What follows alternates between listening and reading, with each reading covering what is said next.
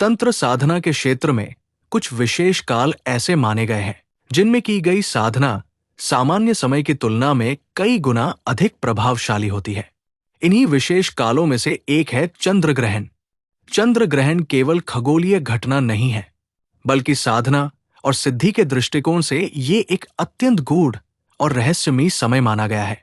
इस काल में की गई साधना शीघ्र फलदायी होती है और कई बार साधक को प्रत्यक्ष अनुभव भी प्राप्त होते हैं।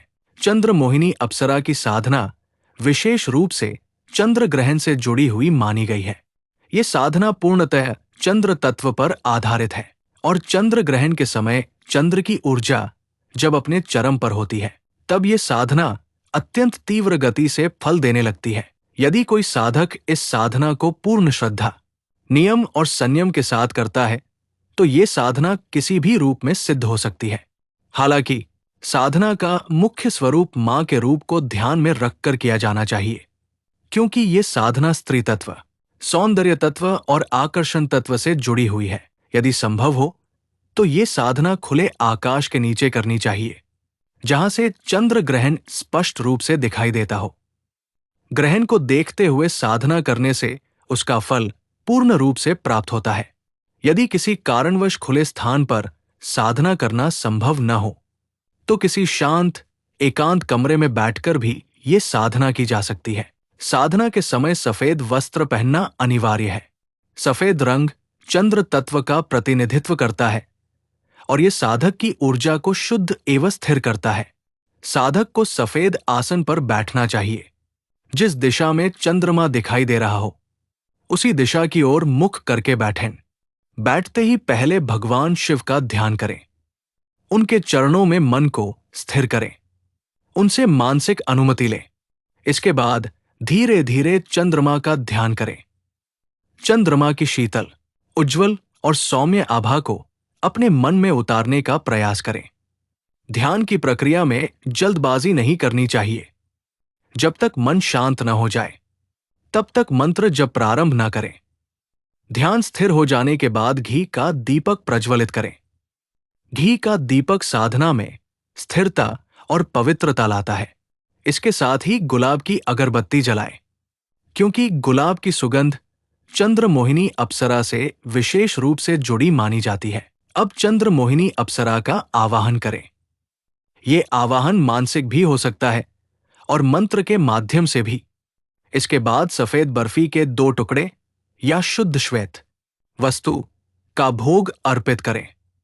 साथ में गुलाब का इत्र और गुलाब के ताजे फूल भी अर्पित किए जाएं। इसके बाद पहले गुरु का स्मरण करें, फिर गणेश जी का ध्यान करें और अंत में चंद्र मोहिनी अप्सरा के मंत्र का जप आरंभ करें। जप निरंतर होना चाहिए। बीच में किसी प्रकार का व्यवधान नहीं होना चाहिए। इस साधना की विशेषता यह है कि इसके अनुभव बहुत जल्दी आरंभ हो जाते हैं। साधक को हल्के अनुभव होने लगते हैं। मन में शांति, हल्की तरंगे या वातावरण में बदलाव महसूस हो सकता है। वातावरण में सुगंध महसूस होने लगती है, विशेषकर गुलाब या किसी मीठी सुगंध की। यह संकेत होता है कि साधना सही दिशा में जा रही है। इसके बाद साधक को अपने आसपास किसी के चलने या मौजूद होने का आभास होने लगता है। ये अनुभव बहुत सूक्ष्म होता है, इसलिए डरने की आवश्यकता नहीं होती। कई साधकों को दृश्य अनुभव भी होने लगते हैं।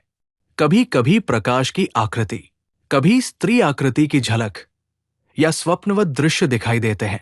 पूर्ण ग्रहण काल में यदि साधना निरंतर और बिना भय के की जाए, तो चंद्र मोहिनी अप्सरा पूर्ण रूप से साधक के सामने प्रकट भी हो सकती है और उससे संवाद भी संभव होता है। वो साधक को वचन देती है और उसकी इच्छाओं के अनुसार कार्य करती है। यदि वो सामने प्रकट हो जाए, तो साधक को घबराना नहीं चाहिए। उसके गले में गुलाब के पुष्पों की माला पहनानी चाहिए। ये सम्मान और स्वीकृति का प्रतीक होता है। चंद्र मोहिनी अप्सरा अत्यंत सामर्थ्यवान मानी जाती है। वो साधक के जीवन में सुख, सौंदर्य, आकर्षण, ऐश्वर्य और मानसिक संतुलन प्रदान कर सकती है। यदि ये साधना पूर्ण श्रद्धा और विश्वास से की जाए, तो इसे 100% सफल माना गया है। सावधानियां और चेतावनी। ये साधना जितनी फलदायी है, उतनी ही संवेदनशील भी है। इसका गलत प्रयोग नहीं करना चाहिए। बिना गुरु मार्गदर्शन, बिना नियम पालन या केवल जिज्ञासा में की गई साधना साधक को नुकसान भी पहुंचा सकती है।